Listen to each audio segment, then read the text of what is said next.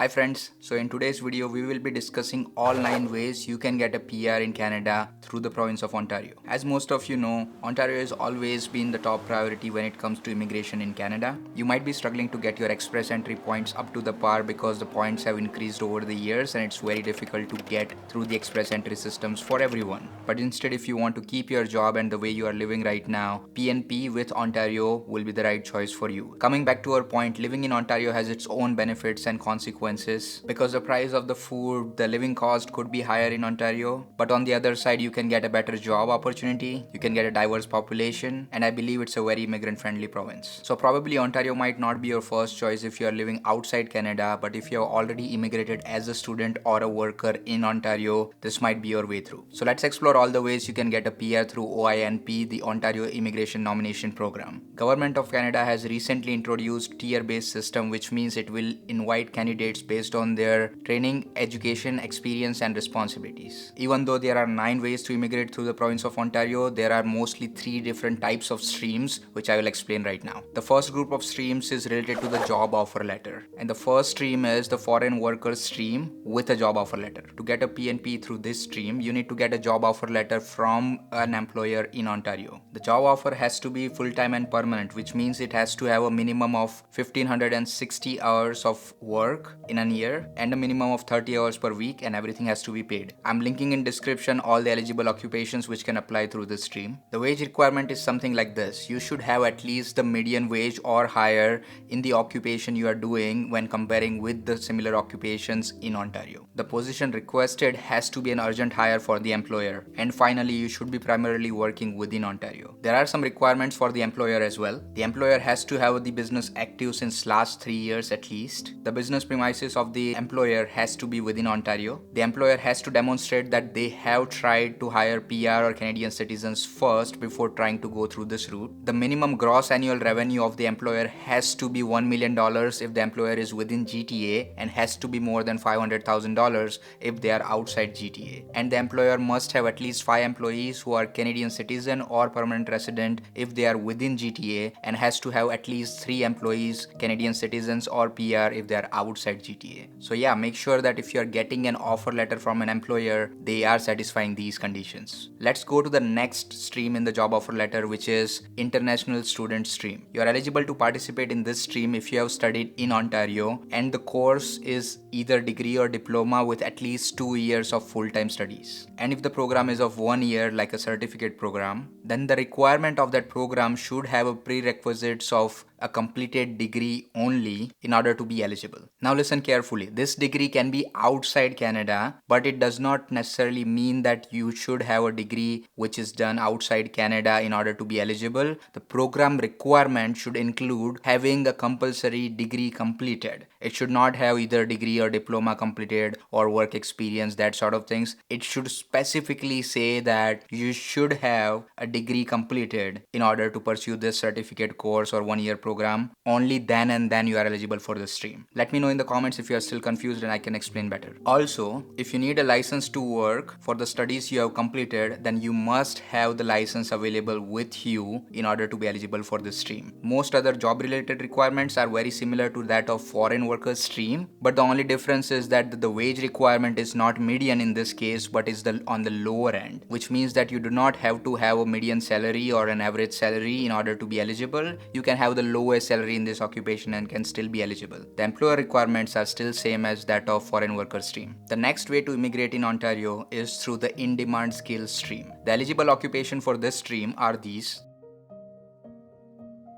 I'm also putting the link in the description for this document so you can refer later. There is an education requirement here which states that you should have at least an education equivalent to the high school diploma in Canada if you have studied outside Canada, and should be accessed by an ECA like WES. The language score required for this stream is CLB4, which is equal to 4 bands in IELTS, which is the bare minimum you need in order to be eligible for any immigration program in Canada. Everything else related to the job requirement as well as the employer requirement is same as foreign workers stream. Now let's go to the next group of stream, which is education related streams. In education related streams, we have masters and PhD programs. Now this is interesting. You did not need to worry about the job offer letter as long as you have studied your masters or PhDs within universities in Ontario. That's why I always tell the people who are trying to consult with me that you should try to opt in for masters or PhD programs instead of trying to go for the diploma programs or postgraduate diploma programs, because there is a different value added if you have done masters in Canada, especially in Ontario, you see here. And no, it's not more expensive as compared to your regular diploma programs. You can check out the universities for their fees. It's pretty transparent and you can see that the fees is either same as that of those diploma programs or even lesser than that, because these universities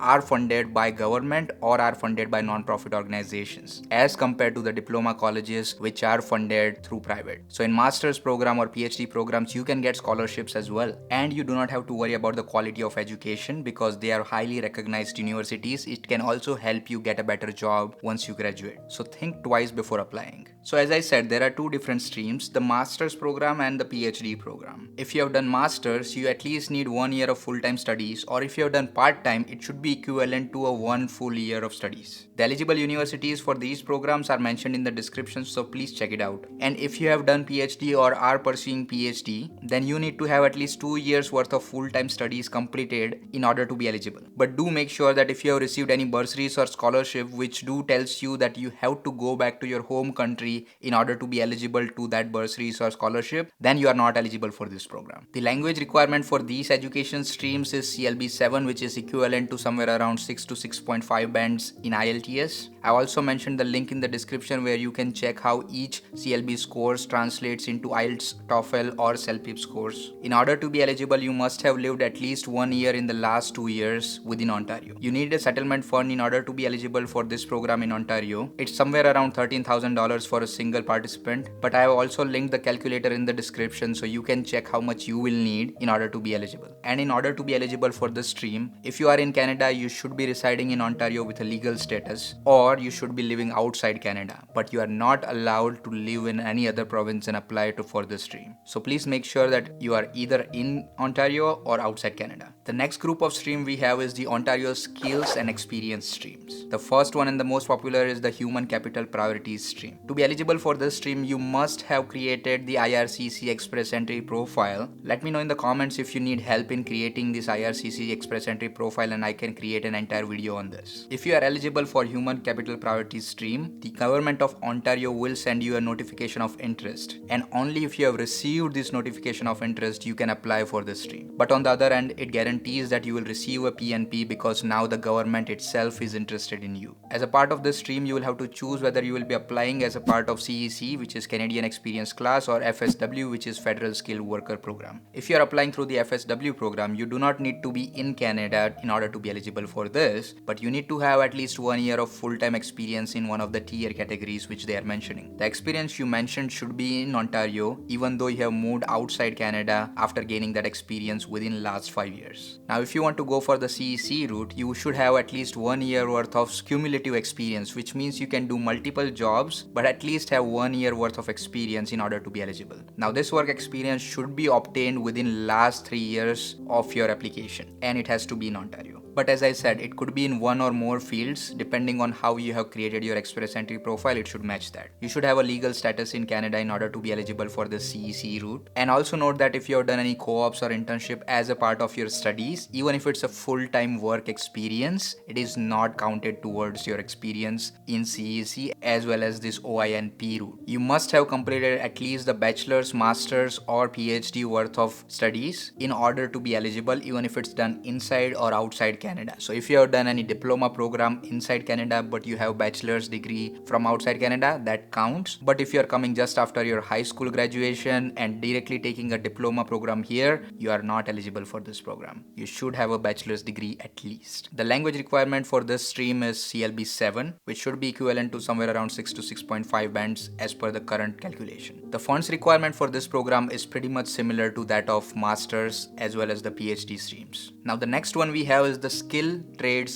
stream. Now, if you are a skills trades person and have created your express entry profile, it is possible that Ontario government might send you notification of interest based on their requirement of skills trades people. And only then you are eligible for this stream. It is very similar to the human capital priorities stream, so I will only explain the differences here. Here your work experience has to be a total of 2 years instead of 1 year in human capital priorities stream. If your work needs a license, you should have a valid and active license available with you in order to be eligible. You must be living in Canada and has to have a legal status. The language requirement for this stream is very low, which is CLB 5, pretty much somewhere around 5 to 6 bands. And everything else related to the wages as well as the funding requirement is pretty much same as the human capital stream. The next one we have is the French speaking skilled worker stream. If you are bilingual and have created an express entry profile, it might be possible that the Ontario government is interested in you and will send you a notification of interest, and in that they will clearly mention that you are eligible for the French speaking skilled worker stream program. Here you will have to give 2 language tests. The first one is for the French. For that the language requirement is around CLB 7, and for the English language test requirement you should have at least somewhere around CLB 6. Everything else is pretty much same as the human capital priority stream. And the last way on how you can immigrate in Canada through the province of Ontario is the entrepreneur program. So if you are an entrepreneur in your home country and want to establish a business in Canada, or want to expand your business in Canada, or want to buy an existing business in Canada, then this stream is for you. As a part of this stream, you must be either starting a business in Ontario or should be buying an existing business in Ontario. You should have a personal net worth of $800,000 if your proposed business is in GTA, and if your proposed business is outside GTA and majority of the Ontario, you can go with $400,000 as your net worth. You need to make an investment of around $600,000 if you are planning to have a business within GTA, and if you are planning to have a business outside GTA, you can go for $200,000. And the interesting part is you don't need to own the whole business. At least you should have the third of the business in order to be eligible for this stream. So if you got partners who can invest in your business, this is your way. The other requirement is that you should be an active member of the business and not the passive member, which means that you should be actively involved in the business and not just investing in the business. You should at least create 2 jobs for a citizen or PR if you are planning to have a business within GTA, and at least create 1 job for a citizen or a PR if you are planning to have a business outside GTA. The language requirement for this stream is pretty bare minimum, which is CLB 4, somewhere around 4 to 5 bands. You must be living within Ontario 75% of the time while establishing this business. They generally give you a work permit while you are establishing a business, and then they give you a PR once the business is established. There are some other business specific requirements which you need to fulfill if you want to go through this stream, but I'm mentioning the entire document in the description so you can take a look and decide whether this is the right stream for you or not. Now finally, no matter where you are, if you are in Canada or outside Canada, even if you are in Canada, does not matter if you are studying or you are on a work permit, there is a chance for each and everyone to get this provincial nomination based on these 9 ways I just explained. So even if you think that you are not ready for this right now, I would definitely advise you to save this video so that you can refer back to it when you are actually ready for getting this nomination. Choosing a path toward immigration in Canada is your step 1 in the journey of becoming a permanent resident in Canada. But knowing the right way to do it will make your life very easy. And all you have to do is just figure out that if you do not have enough points for the express entry, which of these streams will actually help you to get your permanent residencies in Ontario and Canada, and just work towards it. Build your profile, build your career in a way that you can be eligible and check mark all the boxes for one of these streams, and you are set. I have provided all the details in the descriptions which you need, so go check it out and let me know if you have any questions in the comment section. If you have watched this far, I hope you have enjoyed this video, and do subscribe if you want to stay updated with my upcoming video in which I'm going to explain you how to fill out this OINP form for the streams. I'm going to focus on the human capital's priority stream because most of you might be going through that stream. So thank you for watching. All the best with your journey, and I will see you in the next one.